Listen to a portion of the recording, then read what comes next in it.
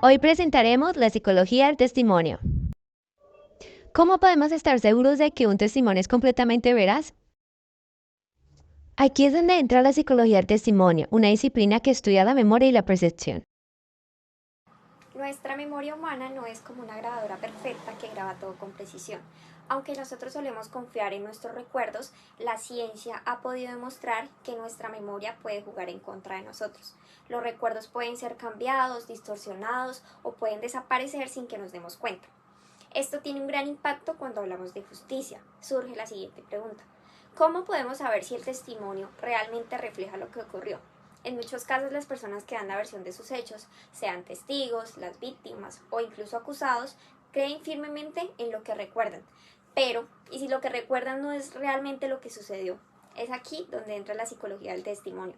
Esta es una rama de la psicología que se dedica a estudiar cómo nuestra memoria, nuestra forma de ver las cosas y otros factores, sean emocionales o psicológicos, pueden afectar con precisión todo lo que nosotros decidimos creer y recordar, que está influenciado ya por muchos factores sin que nosotros nos demos cuenta.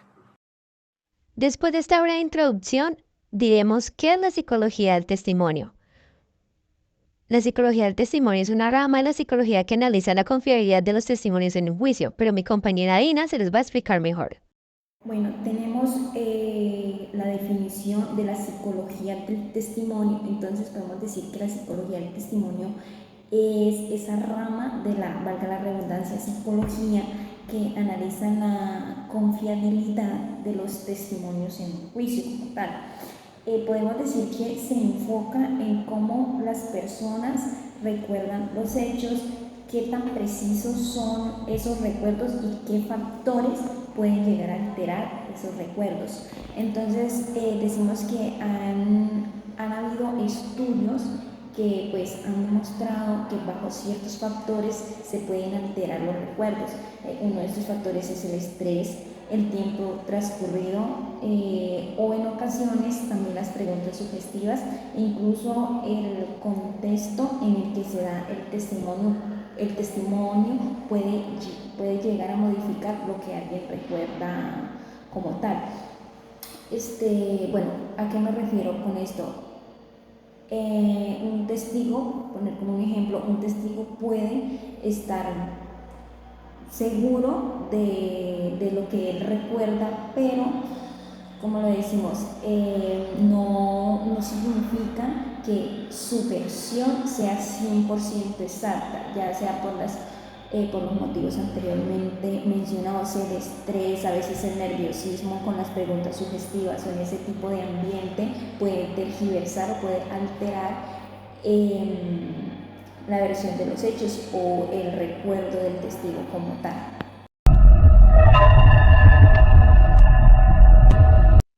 Ahora hablaremos de los factores que afectan la fiabilidad de un testimonio, que encontramos 4. El primero de ellos es la percepción y atención.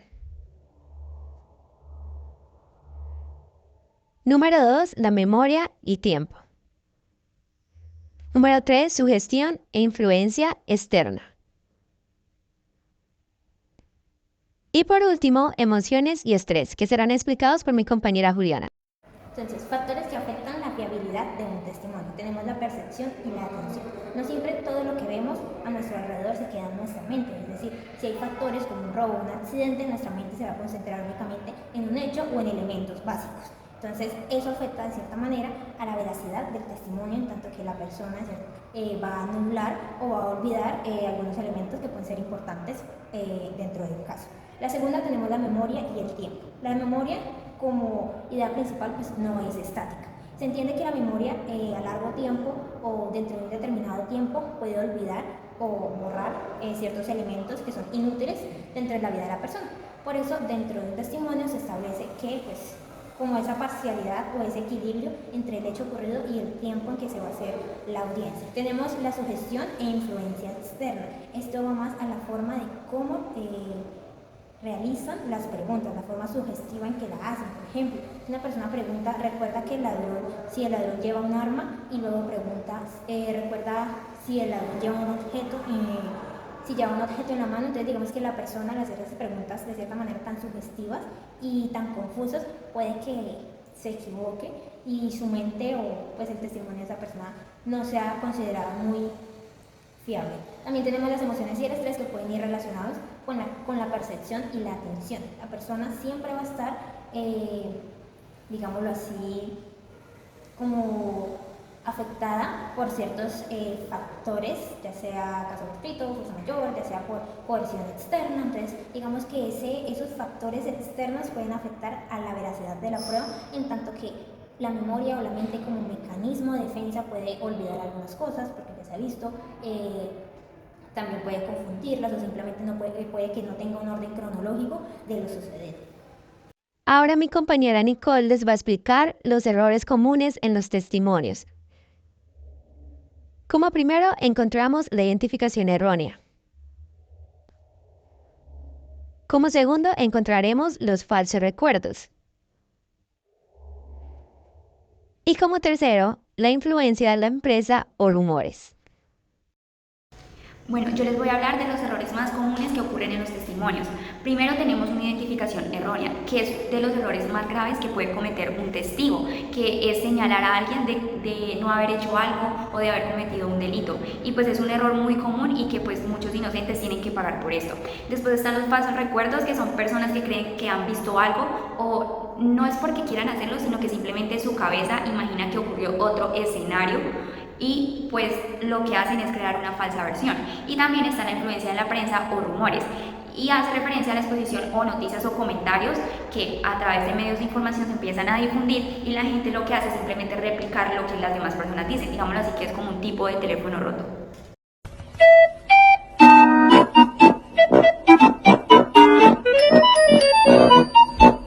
Nicole, por favor, ahora explícanos la importancia de la psicología del testimonio en el sistema judicial.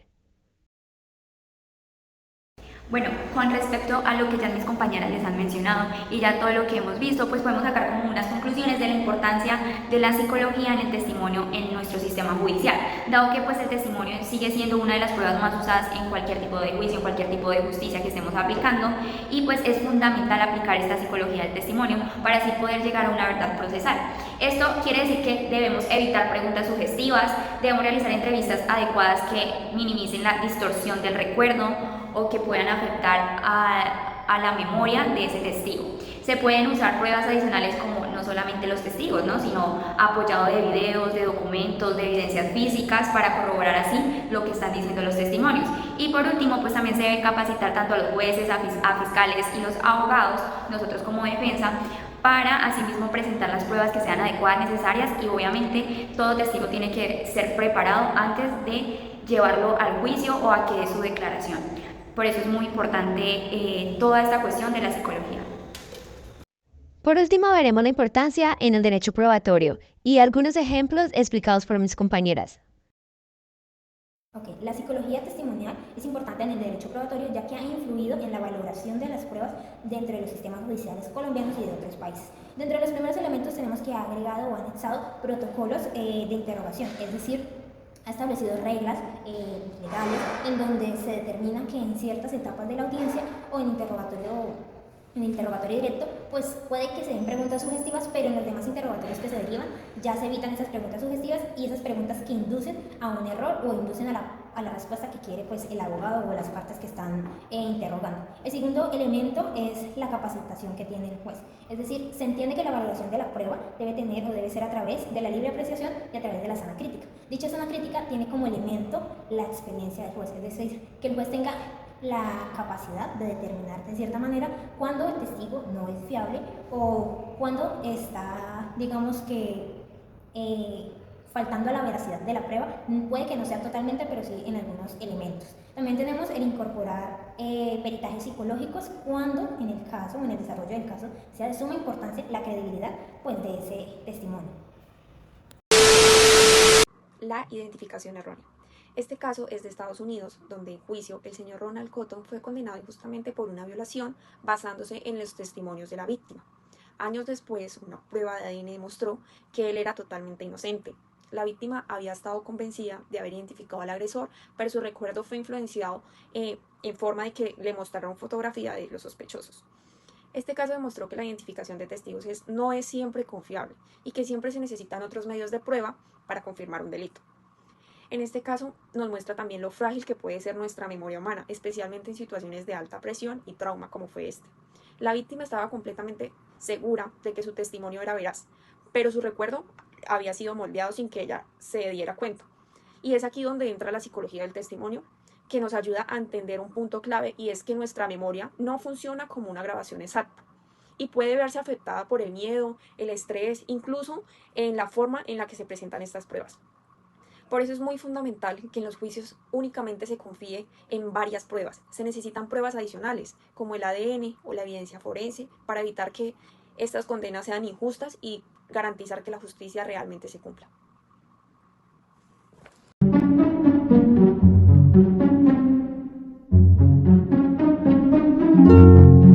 Bueno, voy a dar unos ejemplos. Primero sería como la prescripción y atención. Bueno, primer caso sería una persona presencia un robo en una tienda, pues durante el asalto su atención se centra en el arma que sostiene ese ladrón, ¿no? Pero pues no logra recordar bien su rostro ni la ropa que éste lleva.